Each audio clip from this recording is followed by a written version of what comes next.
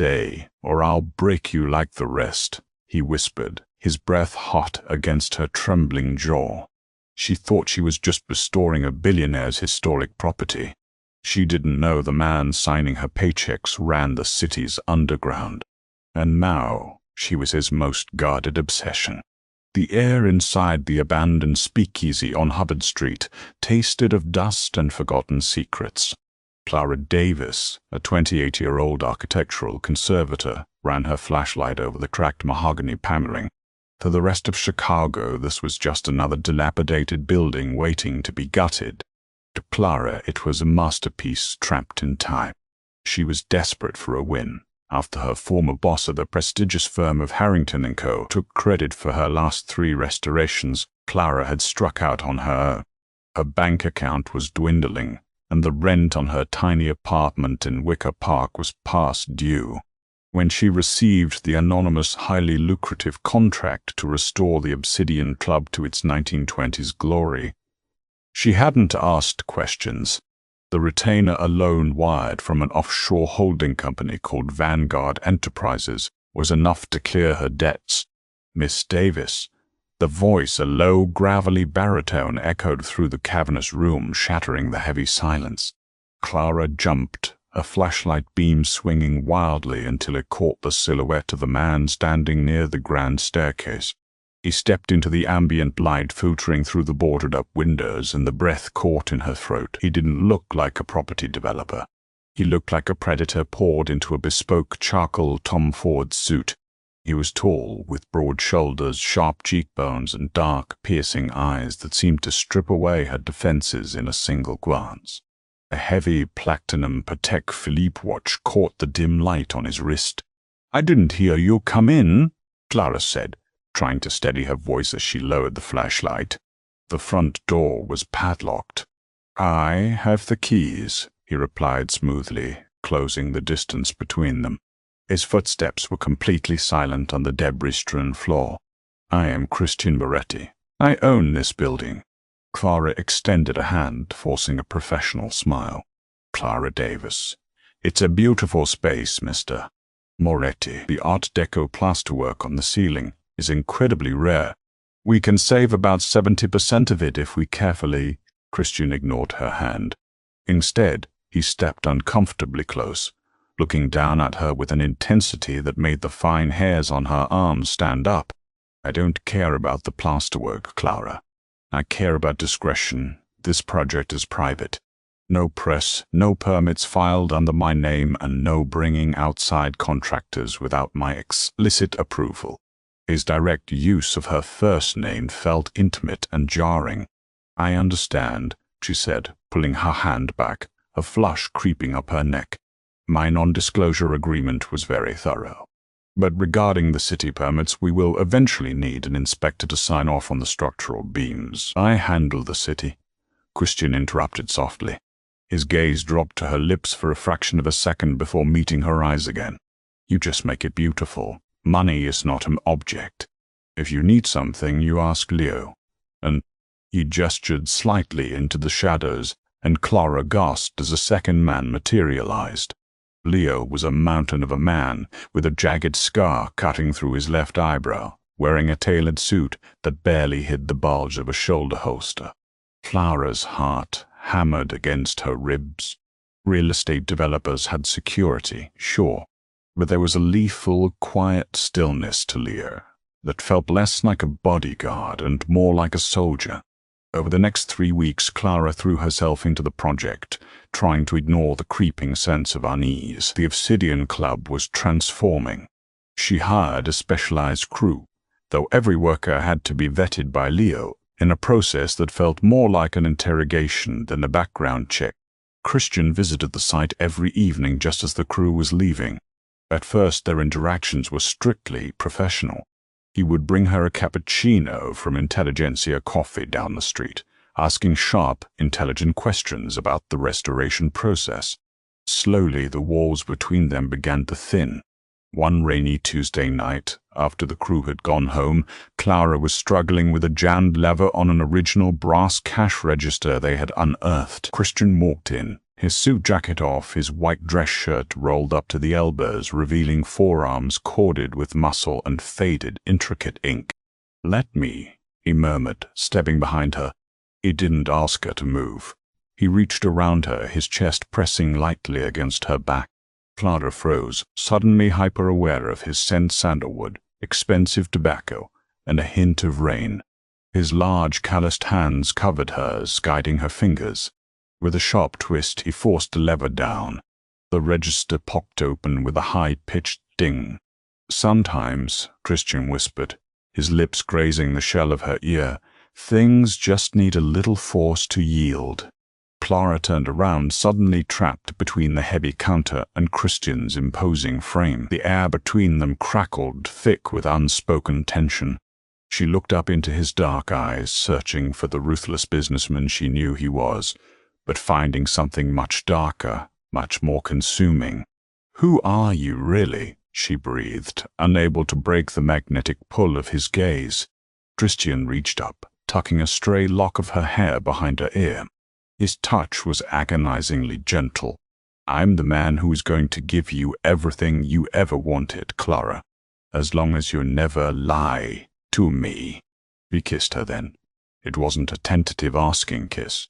It was a claim. His mouth was demanding, desperate, tasting of dark espresso and danger. Clara knew she should push him away, knew she was crossing a line that would ruin her career. But the intoxicating rush of his dominance silenced her rational mind. She kissed him back, gripping the lapels of his shirt, plunging headfirst into a world she didn't understand. She didn't know that across town, in a private dining room at Gibson's Bar and Steakhouse, the heads of 3 rival families were meeting to discuss the territorial expansion of the Moretti Syndicate. Nor did she know that her name and her face were already sitting in a manila folder on the desk of an undercover FBI agent. All Clara knew was the intoxicating heat of Christian's touch, entirely blind to the steel cage slowly closing around her. The honeymoon phase of their clandestine romance was a whirlwind of breathtaking luxury and subtle isolation. Within 2 months, Clara's life had been completely rewritten. She no longer took the L train to the site. A sleek black Lincoln Navigator with tinted windows picked her up every morning. Her shabby Wicker Park apartment felt increasingly empty, as Christian insisted she spend her nights at his sprawling, fortress-like penthouse overlooking Lake Michigan. He showered her with gifts: a vintage Cartier watch left on her nightstand, a rare first-edition book on Renaissance architecture, custom-made drafting tools forged from Damascus steel. But with the gilded luxury came the invisible chains. Clara first noticed the shift when she tried to meet her best friend Sarah for drinks at a rooftop bar in River North. As she went to leave the penthouse, Leo stepped out of the elevator, blocking her path. "Mr. Moretti prefers you stay in tonight, Miss Davis," Leo said, his voice devoid of emotion. "The weather is turning. It's 70 degrees and clear," Clara countered, her brow furrowing. "I'll be back by 10, Leo. Just tell Christian I went out." "I cannot do that," Leo replied, not moving a muscle. "If you wish to socialize, Mr. Moretti can have the restaurant cleared for you and your guest tomorrow. But tonight, you stay." When Clara confronted Christian about it later that evening, he was pouring 2 glasses of Macallan 18. He didn't look angry. He looked entirely unbothered. "There was an incident downtown," Christian said smoothly, handing her a glass. "A dispute between some local businessmen. It wasn't safe for you to be out. I was protecting you by keeping me prisoner," Clara argued, refusing to take the glass. Christian's eyes darkened. He set the glass down with a sharp clink that echoed in the vast living room. In 2 strides, he crossed the room and backed her against the floor-to-ceiling windows. The city lights of Chicago sparkled far below them, a world she was suddenly cut off from. "I keep what is mine safe," he said, his voice dropping to a deadly whisper. He grabbed her jaw, his grip firm enough to hold her still, yet careful enough not to bruise. "You are mine, Clara. Do you understand? The world out there is filthy. I am building a sanctuary for us. Don't fight me on this. The intensity in his eyes terrified her, but it was the possessive certainty in his voice that sent a cold spike of dread into her stomach. This wasn't protection, it was ownership. The true breaking point came a week later. The restoration of the Obsidian Club was nearly complete. Clara needed to review the final invoice for the imported Italian marble they had used for the bar top. Christian was in meetings all day, so she used her security fob to enter his private office at the back of the club to find the purchase order. The office was usually locked, a minimalist sanctuary of dark wood and leather. Clara rifled through the top drawer of his heavy oak desk, looking for the Vanguard Enterprises file. Instead, her fingers brushed against something cold and heavy. She pulled the drawer open further. A breath hitched. Sitting perfectly aligned next to a stack of bound ledgers was a matte black Block 19. Attached to the barrel was a heavy, cylindrical suppressor. Clara's hands began to shake. She wasn't naive. She knew people owned guns. But the silencer painted a terrifying, illegal picture. Panic rising in her throat, she opened the ledger next to it. It wasn't an accounting of construction materials. It was a meticulous record of bribes, extortion payouts, and money laundering routes. Names of prominent Chicago judges, aldermen, and police captains were listed next to staggering dollar amounts. Notes in Christian's elegant handwriting detailed shipments coming through the port of Chicago. Not marble or antiques, but weapons and narcotics. A shadow fell over the desk. Clara froze, the ledger slipping from her trembling fingers and hitting the floor with a deafening thud. Christian stood in the doorway. He had taken off his tie, his collar open, but the relaxed posture did nothing to mask the lethal tension radiating from him. Leo stood right behind him, his hand casually resting inside his jacket. "You weren't supposed to see that," Christian said. His voice was terrifyingly calm, devoid of the warmth he usually reserved for her. "Christian," Clara choked out, stepping back until her spine hit the filing cabinet. "What is this? Who are you?" He slowly walked into the room, kicking the heavy oak door shut in Leah's face. The click of the lock sounded like a gunshot in the quiet room. "I am exactly who I told you I was," Christian said, walking around the desk and smoothly picking up the ledger. He placed it back in the drawer, casually sliding the gun out of view before closing it. "I am a man who gets what he wants. And I wanted you. You're a criminal," she whispered, the reality crashing down on her. The offshore accounts, the excessive security, the anonymous cash payments, the total control of city inspectors. He wasn't a developer. He was the mob. The mud was the first thing she truly noticed. And so,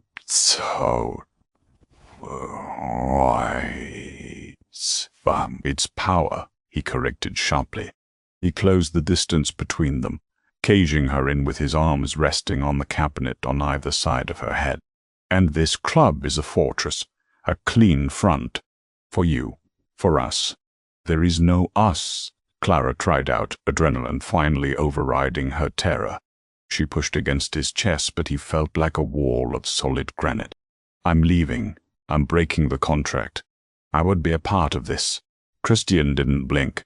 He leaned in closer, his dark eyes obsidian pools of obsession and rage.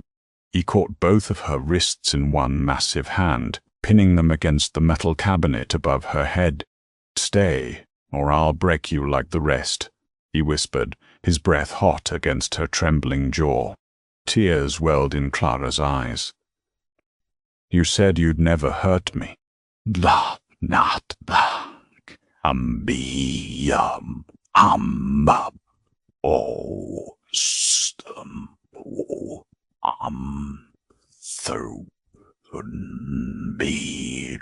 I won't," Christian replied, his free hand stroking her cheek, wiping away a tear with his thumb.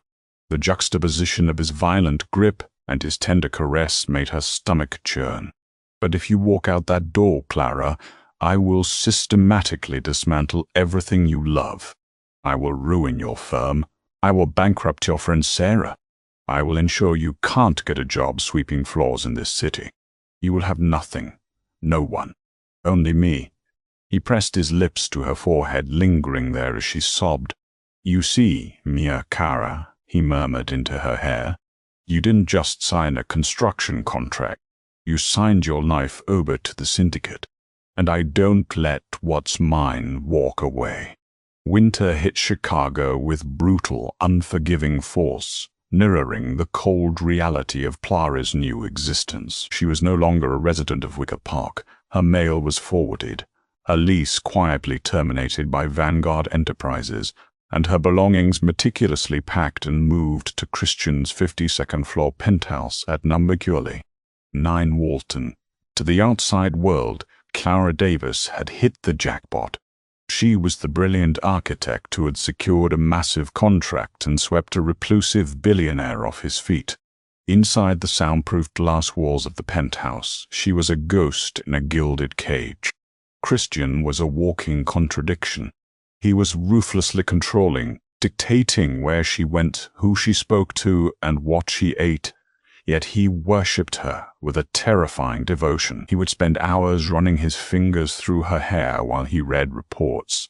His massive frame curled around hers in bed, as if shielding her from an invisible war. He bought her original sketches by Frank Lloyd Wright and draped her in diamonds from Harry Winston. But the platinum security bracelet permanently locked around her wrist, disguised as a Cartier love bangle, tracked her every heartbeat and GPS coordinate.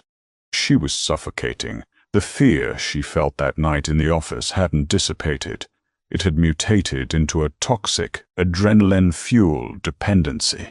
She hated him for stripping away her autonomy, but when his dark eyes locked onto hers, when his calloused hands mapped the curves of her body with possessive reverence, she felt a shameful, addictive thrill. He was a monster, but he was her monster.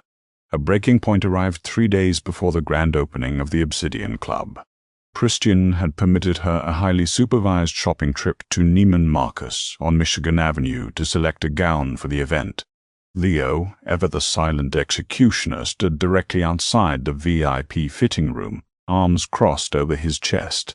Clara stood before the three-way mirror, staring blankly at her reflection in a backless emerald green silk dress. She looked beautiful, expensive, and entirely hollow. Suddenly, the heavy velvet curtain of the fitting room didn't open, but a panel in the adjacent mirrored wall slid ajar. A man slipped into the small space with her. He was unremarkable average height, wearing a beige trench coat and wire-rimmed glasses. He held a finger to his lips, his eyes darting toward the curtain where Leo stood just inches away. Clara Davis, the man mouthed, stepping so close she could smell the stale coffee on his breath. He pressed a small, cold object into her palm, a matte black encrypted flash drive. Clara's heart slammed against her ribs. She opened her mouth to scream, to call for Leo, but the man pulled back his coat, revealing a gold badge pipped to his belt. FBI. Special Agent Thomas Gallagher, he whispered, his voice barely a breath. We don't have time. You are in extreme danger. The man you are sleeping with is the head of the Moretti Syndicate. He murdered the last woman who tried to leave him. We have photos. Gallagher pulled a folded printout from his pocket and pressed it against the mirror. Clara squeezed her eyes shut, but not before she saw the horrific image of a blonde woman dragged from the Chicago River, her wrists bound by heavy chains. That was 2 years ago, Gallagher hissed softly. He is a psychopath, Clara. He isolates his targets, breaks them down, and when he gets bored, he eliminates them. We need the ledger in his office, at the club. The physical book. Plug this drive into his terminal, copy the hard drive, and bring the book out during the grand opening. If you do this, I have a helicopter waiting at Navy Pier to take you to a safe house.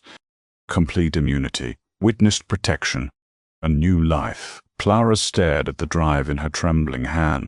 Why should I trust you? She whispered back, tears stinging her eyes. Because if you don't, Gallagher replied coldly, we raid the club on opening night. You go down as a co-conspirator. 20 years in federal prison for racketeering. The choice is yours. Freedom or the cage.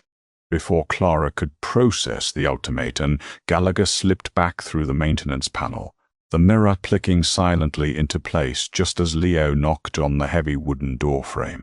"Miss Davis," Leo's gravelly voice called out. "Mr. Moretti is expecting us back for lunch. Have you made your selection?" Clara looked at her reflection.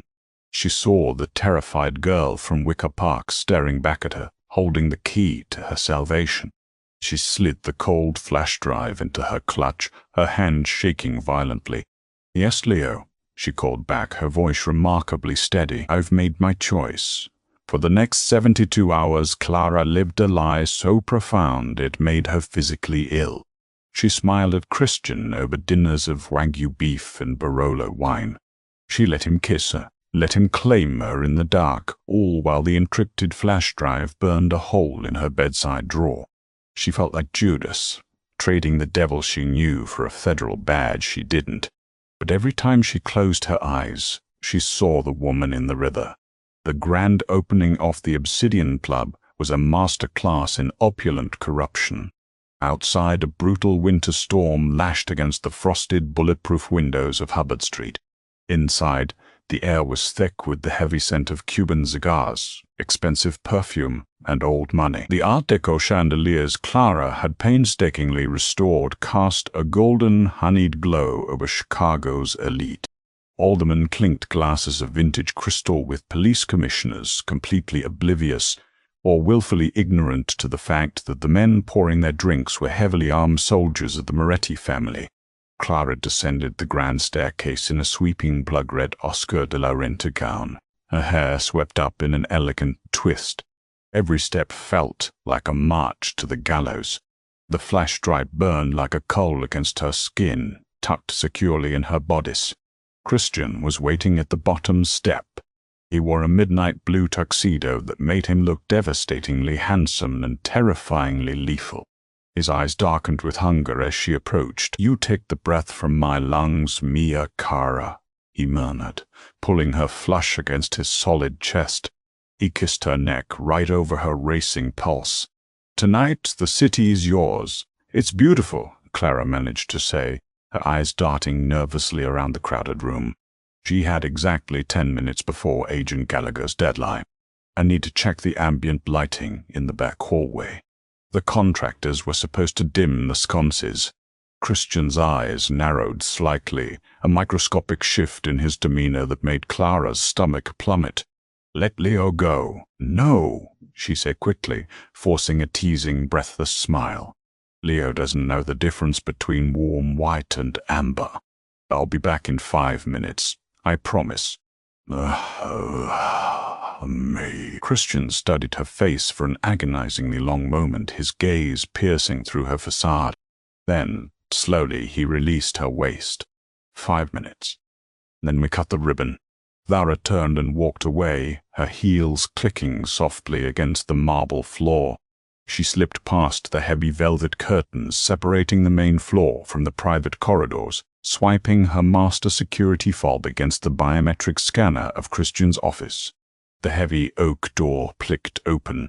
She slipped inside, plunging into the dark, silent sanctuary. Trembling, she practically ran to the desk, yanking open the top drawer.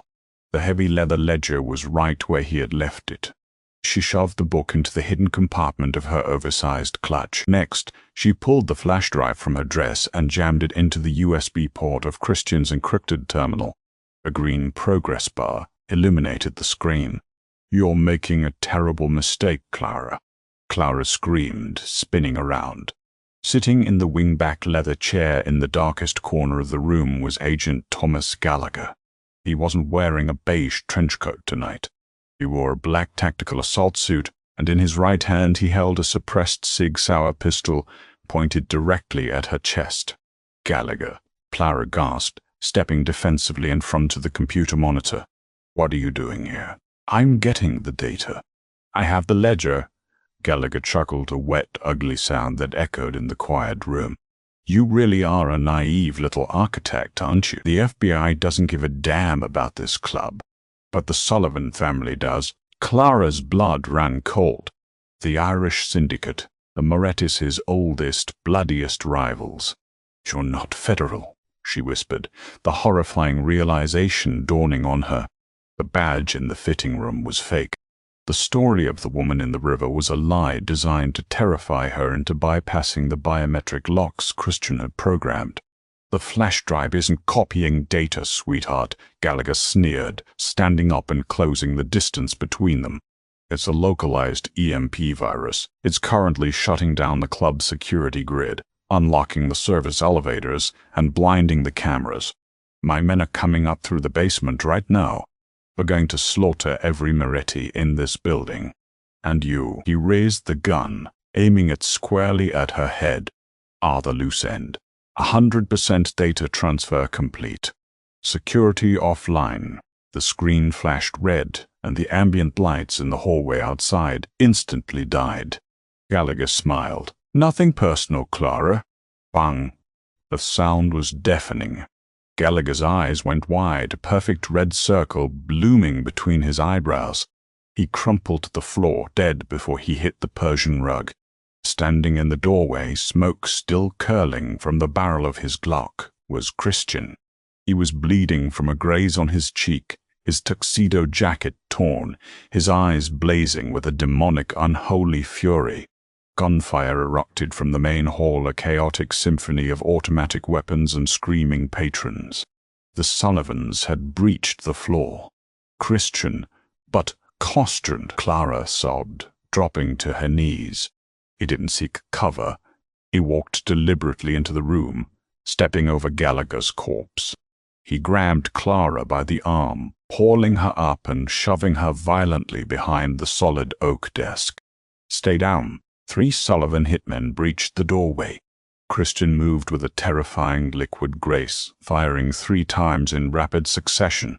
All 3 men dropped instantly, but one managed to squeeze off a wild burst from a submachine gun as he fell. Christian grunted, his body jerking backward as a bullet tore through his shoulder. He slumped heavily against the desk, his gun still raised, his breathing ragged. Christian, Clara screamed, crawling toward him. Blood was soaking through his white dress shirt. She pressed her hands frantically against the wound, her beautiful red dress now soaked in his blood. The gunfire in the hall began to fade, replaced by the heavy, authoritative shouts of Leo securing the perimeter. The ambush had failed. Christian let his head fall back against the mahogany panels, his dark eyes locking onto Clara.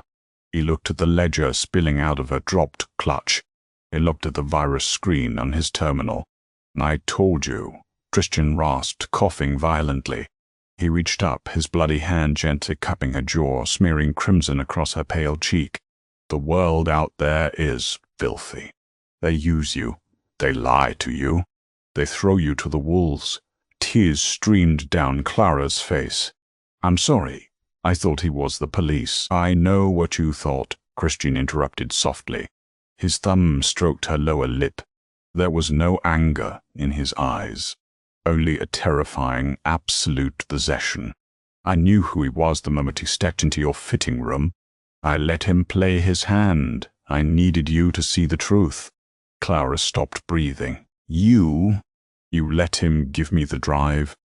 I had to show you, Christian whispered, pulling her face down until their lips were mere inches apart. I am a monster, Clara, but I am your monster. I am the only one who will ever bleed for you. He reached into his pocket and pulled out her platinum security bracelet key. He pressed it into her trembling, blood-soaked hand. There is $10 million in Zurich under your name. If you walk out that door right now, I will let you go. There.